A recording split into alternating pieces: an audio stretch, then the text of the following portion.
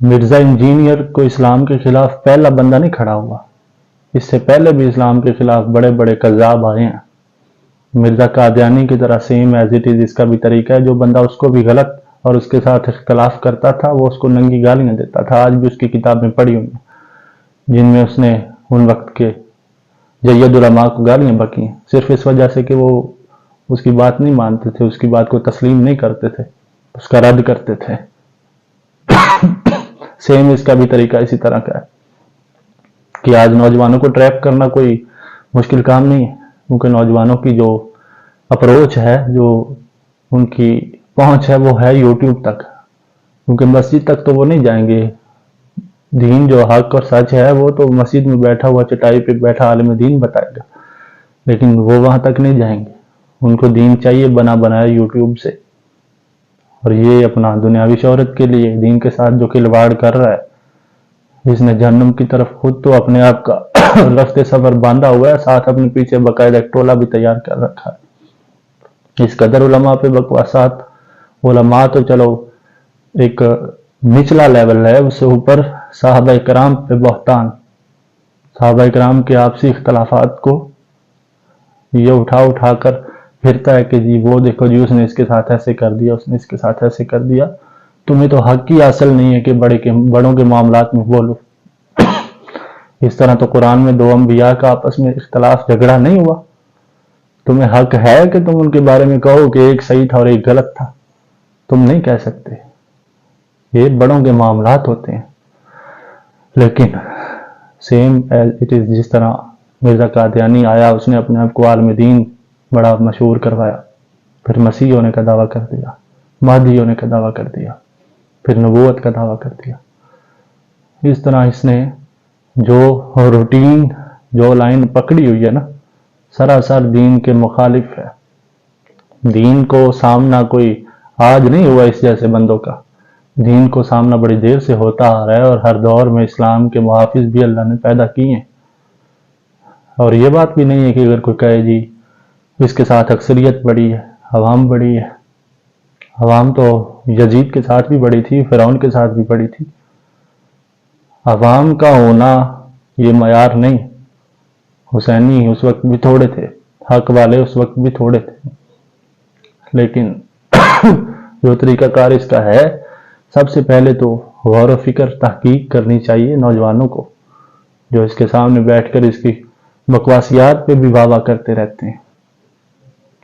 تم ان ولیوں پہ انگلیاں اٹھاتے ہو، خواجہ معین الدین چشتی اجمیری رحمہ اللہ، جن سے اللہ نے دین کا کام لیا بر صغیر میں۔ اگر آج مسلمان ہیں تو اللہ پاک نے جو دین کا کام خواجہ معین الدین چشتی سے لیا اسی وجہ سے ہیں۔ بے وقوفانہ طریقے سے تم کہتے پھرو جی انہوں نے اپنے کلمے پڑھائے، اور چشتی رسول اللہ کے کلمے پڑھائے۔ کوئی ایک ایسا بندہ کیوں نہیں پھر آج دکھاتے ہندوستان پاکستان میں، بازو پکڑ کے اٹھا کے کھڑا کر کے اس سے پوچھو کہ تم نے اس کا کلمہ پڑھا ہے؟ اگر کوئی آدمی ایسا زندہ ہے، تمام عمر ان کی اللہ کے دین کے لیے، تبلیغ کے لیے وقف ہو گئی، اور تم آج جاہل اور واہیات قسم کے انسان ان پہ بہتان لگاتے۔ کیا ضرورت پڑی تھی ان کو اس طرح کے کام کرنے کی؟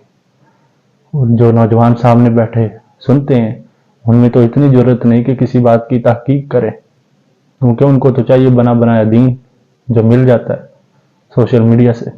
تحقیق تو نہیں کریں گے کہ حق کیا اور سچ کیا ہے، کیا یہ باتیں ان کی طرف منسوب کی گئی ہیں۔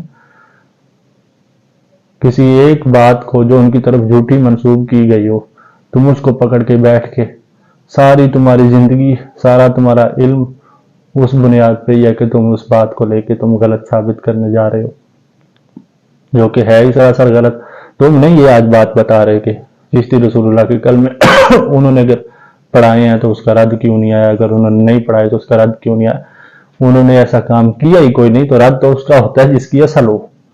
اور اس وقت بھی آج سے 100 سال پہلے اعلیٰ حضرت بریلوی رحمہ اللہ کے دور میں یہ بات اٹھی تھی کئی اولیاء کے بارے میں کہ ان کی طرف غلط باتیں منسوب تھی، تو فتاوی رضویہ میں یہ بات واضح طور پہ موجود ہے۔ اعلیٰ حضرت فرماتے ہیں کہ کچھ ایسے اقوال ہیں جو ولیوں کی طرف منسوب ہیں جن کا ان سے تعلق نہیں ہے، بالخصوص بزرگان چشت کی طرف جو بات منسوب ہے باقاعدہ مینشن کر کے اعلیٰ حضرت نے فرمایا کہ ان کا حضرات چشت سے کوئی تعلق نہیں ہے، بزرگان چشت سے کوئی تعلق نہیں ہے۔ اہل سنت ان کا رد کرتے آئے، تم اس کام پہ بزنس کر رہے ہو، اس بات پہ بزنس کر رہے ہو، کیونکہ اس کے علاوہ تمہارے پاس ہے کچھ نہیں، صرف اور صرف اسلام کے ساتھ کھلواڑ اور 4 دن کی واہ واہ۔ مسلمانوں کو اس بات سے پریشان نہیں ہونا چاہیے، یہ اونٹ ایک دن کسی نہ کسی کروٹ بیٹھے گا۔ اس طرح کے کذاب کوئی پہلی دفعہ آئے نہیں دنیا میں، ہر دور میں آتے رہے ہیں۔ جس کا بزنس ہی علماء پہ تنقید، اولیاء پہ بکواسیات، صحابہ کرام پہ الزامات کے ساتھ ہو، اس کی عمر بڑی تھوڑی ہوتی ہے۔ اس کا بزنس اللہ کریم جلد ٹھپ کرنے والا ہے۔ تو جو لوگ اس کا پرچار کرتے ہیں، اس حد تک نوجوان گر چکے ہیں کہ باقاعدہ اس کی ڈی پیز لگا کے اس کے ساتھ امام محمد علی انجینئر لکھتے ہیں، استغفر اللہ۔ اس حد تک اس نے لوگوں کو ٹریپ کیا ہوا ہے۔ قصور اصل میں اس کا ہے جس نے معصوم لوگوں کو، جو بڑے انوسینٹ قسم کے نوجوان ہیں، ان کو ورگلایا ہوا ہے۔ یہ اپنی ان 4-5 جو باہیات تارنا سی گفتگو ہے اس حوالے سے کہ جی یہ دیکھو جی وہ یہ کرتا ہے، وہ یہ کرتا ہے، بس میں صحیح ہوں، میں بڑا علمی کتابی ہوں۔ جو علمی کتابی تم بنے ہو، جو سامنے تم نے کتابیں رکھی ہوئی ہیں، یہ کتابیں کہاں سے آئی ہیں؟ ان کی تمہارے تک پہنچ کہاں سے آئی؟ یہ کوئی خاص تمہاری لڑی سی تھی جو دادا اور پردادا اور پھر تمہارے لکڑ دادے جو ہیں وہ ان کو لکھتے آئے ہیں؟ یہ بھی بزرگوں سے ہی ملی ہیں۔ جو قرآن آج آپ کے ہاتھوں میں ہے، اس کو جمع کر کے لکھنے والے، محفوظ کرنے والے صحابہ کرام ہی ہیں۔ آگے بزرگان دین ہیں جن کے ذریعے سے تم تک دین پہنچایا۔ جو علمی کتابی تم بن کے بیٹھے ہوئے نا، وہ ساری کتابیں انہی علماء، انہی بزرگان دین کی لکھی ہوئی ہیں۔ اس کے علاوہ تمہارے پاس بچتا کچھ نہیں۔ ساری اتھینٹک بزرگان دین کی جو خدمات ہے دین کے حوالے سے، ان کو پس پردہ کر کے جو باتیں ان کی طرف غلط منسوب کی گئی ہیں، ان کو لے کے بزنس شروع کر بیٹھے ہو تم۔ اور یہ تو عقل سے کام کوئی عام انسان بھی لے نا، کہ اگر کوئی ایسا بندہ جس نے ساری زندگی اور ہزاروں کتابیں دین کی تبلیغ کے حوالے سے لکھی ہیں، دین کے مسائل کے حوالے سے لکھی ہیں، کیا وہ ایک لائن جس پہ یہ بزنس کر رہا ہے چشتی رسول اللہ کی بات پہ، کیا وہ بندہ ایک لائن لکھ سکتا ہے یا اسے کوئی پابندی تھی؟ انہوں نے کھل کے اللہ کی بات کی اور رسول اللہ کی بات کی۔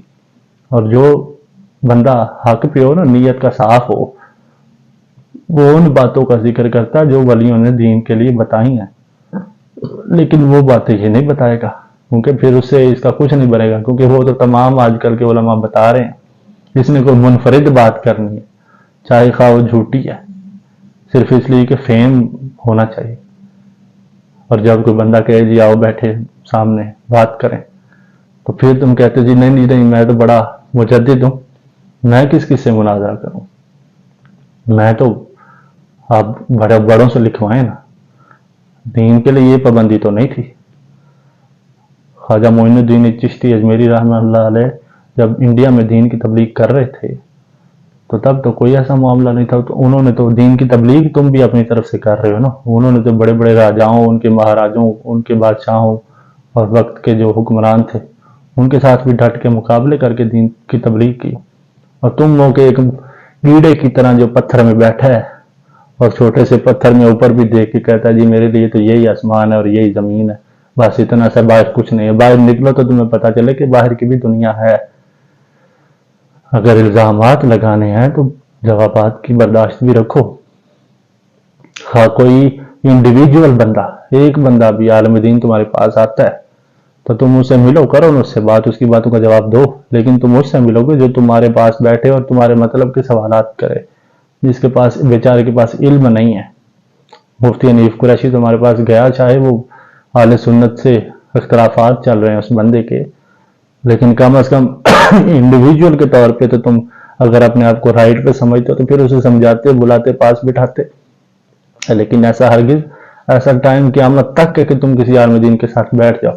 اہل سنت کے کسی عالم دین کے ساتھ تم بیٹھ نہیں سکتے۔ کوئی نہ کوئی راستہ ڈھونڈو گے تم، فلاں سے لکھواؤ فلاں سے لکھواؤ، ایسے نہیں، پھر میں کس سے بیٹھوں گا؟ تمہارے ساتھ تو بیٹھنا کوئی بھی نہیں چاہتا، کوئی عام